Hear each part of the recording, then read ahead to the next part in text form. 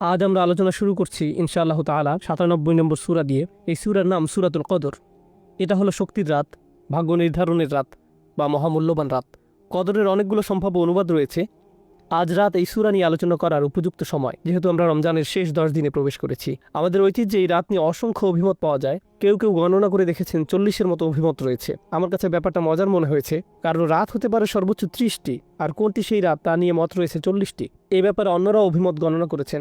ইমাম রাজি ৯টি অভিমত গণনা করেছেন। কেউ কেউ এমনকি এই অভিমত ব্যক্ত করেছেন যে এটি ৩০তম রাত বা ২৯তম রাত অথবা ২৩তম, ২১তম, ২৭তম রাত ইত্যাদি ইত্যাদি। কোনটি সেই রাত আজ আমি তা নিয়ে কথা বলতে যাচ্ছি না, কারণ এত সব অভিমত এবং প্রবণতা নিয়ে অধ্যয়ন করার পর সম্ভাব্য এই রাত নিয়ে আমার কাছে মনে হয়েছে যে এই রাত হলো শেষ ১০ রাতের যে কোনো একটি।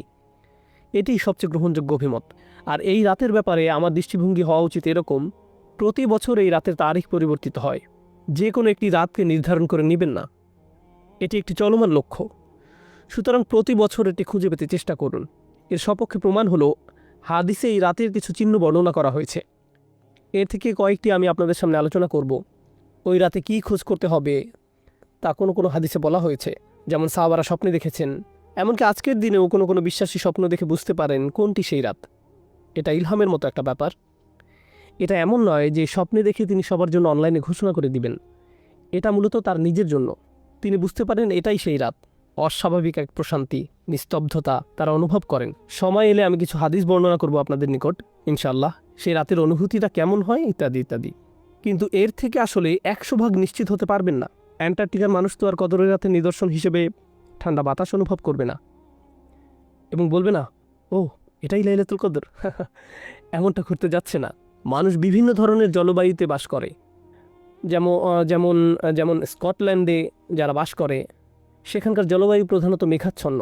এজন্য সকালবেলা সূর্যের তীব্র আলো সেখানে খুব একটা দেখা যায় না। তাই এভাবে বলা কঠিন যে অমুক অমুক নিদর্শনগুলো একেবারে পরিষ্কারভাবে লাইলাতুল কদরের প্রতি নির্দেশ করছে। কিছু কিছু নিদর্শন এই রাতের প্রতি সম্বন্ধযুক্ত করা হয়েছে, তবে এটা হার্ড কোনো সায়েন্স নয়। তবুও আমি আবারও আমার নিজেকে এবং আপনাদেরকে স্মরণ করিয়ে দিতে চাই, এই রাতের খোঁজ করা খুবই গুরুত্বপূর্ণ এক অনুসন্ধান।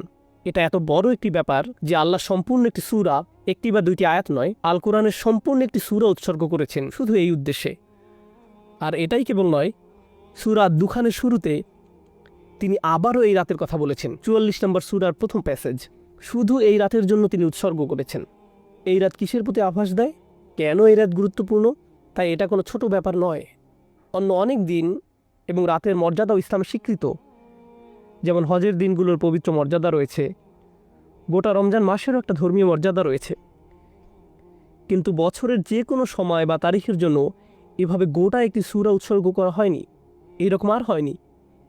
এই ব্যাপারে কেবল আরেকটি সূরার কথা আমার মনে পড়ে, যা একটা নির্দিষ্ট সময়ের জন্য উৎসর্গ করা হয়েছে, সূরাতুল জুমআ। সেক্ষেত্রে সম্পূর্ণ সূরা এই উদ্দেশ্যে উৎসর্গ করা হয়নি, শুধু শেষের কয়েকটি আয়াত ৯, ১০ এবং ১১। সূরার বাকি অংশ অন্য বিষয় নিয়ে, যা শুক্রবারের নামাজের দিকে নিয়ে যায়। কদরের বিষয়টি অনন্য। এই ব্যাপারটা আমাদের মাথায় রাখা প্রয়োজন। আমরা যেহেতু এই রাতগুলো শুরু করতে যাচ্ছি, আমি দোয়া করি আল্লাহ আযজা ওয়া জাল্লা যেন আমাদেরকে সুযোগ, শক্তি, উৎসাহ, আন্তরিকতা, খাঁটি অশ্রু দান করেন, যার মাধ্যমে এই সময়ে আমরা আল্লাহর ক্ষমা লাভ করতে পারি। ওকে, তো আল্লাহ আযজা ওয়া জাল্লা শুরু করছেন এই বলে, ইন্না আনজালনাহু ফি লাইলাতুল কদর, নিশ্চয়ই আমি এটা নাজিল করেছি লাইলাতুল কদরে।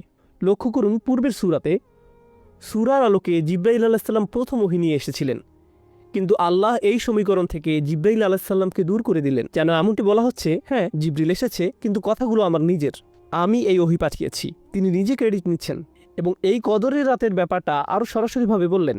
এভাবে বলেননি যে আমি আমার দূত জিবরিলকে তোমার নিকট পাঠিয়েছি, বরং বলেছেন নিশ্চয়ই আমি এটি নাজিল করেছি। এর মাঝে হু এর প্রতি লক্ষ্য করুন। ইন্না আনজালনাহু, কোরআন নাজিল করেছি বলার পরিবর্তে বলা হয় আমি এটি নাজিল করেছি। আরবি ব্যাকরণের ভাষায় এর নাম দমিরে সান। অন্য কথায় যখন বলেন এটি, তার মানে কিছু একটা যা মানুষ আগে থেকেই জানে। যেমন আপনাদের সাথে বাক্যালাপ করার সময় জিজ্ঞেস করলাম, আপনারা কি এটা দেখেছেন?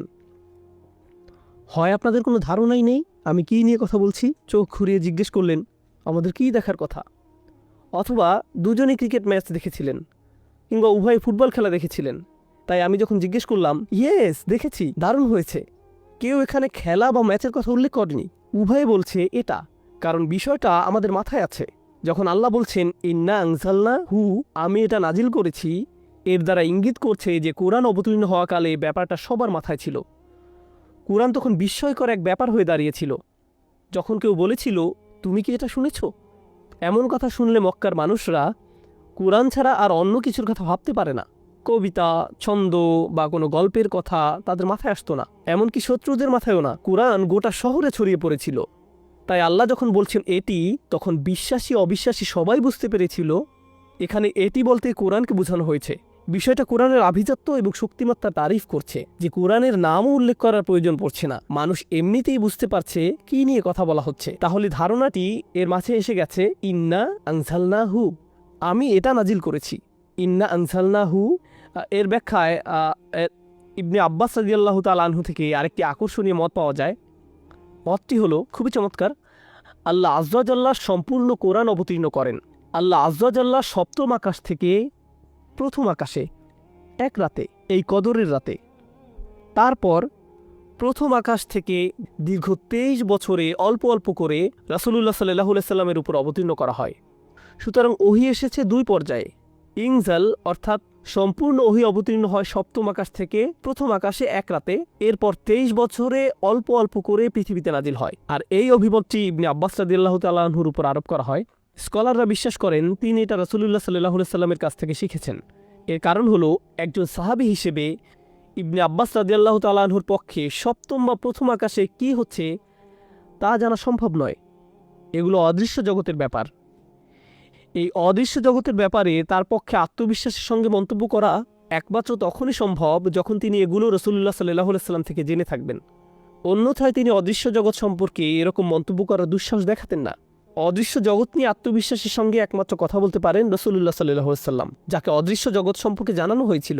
যদি কোনো সাহাবী অদৃশ্য জগৎ নিয়ে কথা বলেন, বিশেষ করে ইবনে আব্বাস রাদিয়াল্লাহু তাআলা আনহুর মতো জ্ঞানী সাহাবীর ক্ষেত্রে, তাহলে আমাদের বিশ্বাস যে তিনি সেটা রাসূলুল্লাহ সাল্লাল্লাহু আলাইহি সাল্লামের কাছ থেকে শিখেছেন।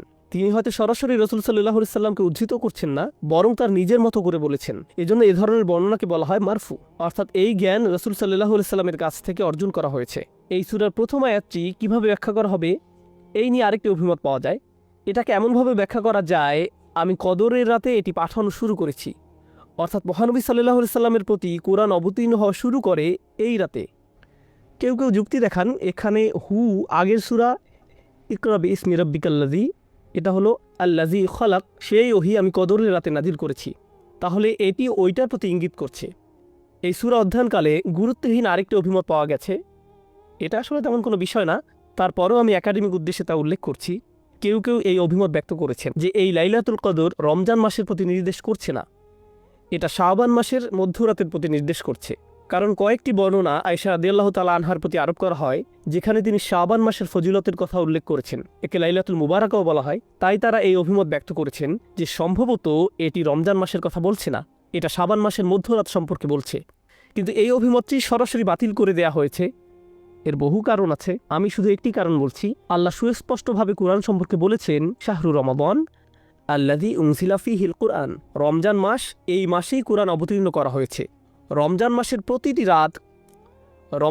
প্রতিটি রাত কোরআন অবতীর্ণের মাসের অন্তর্গত।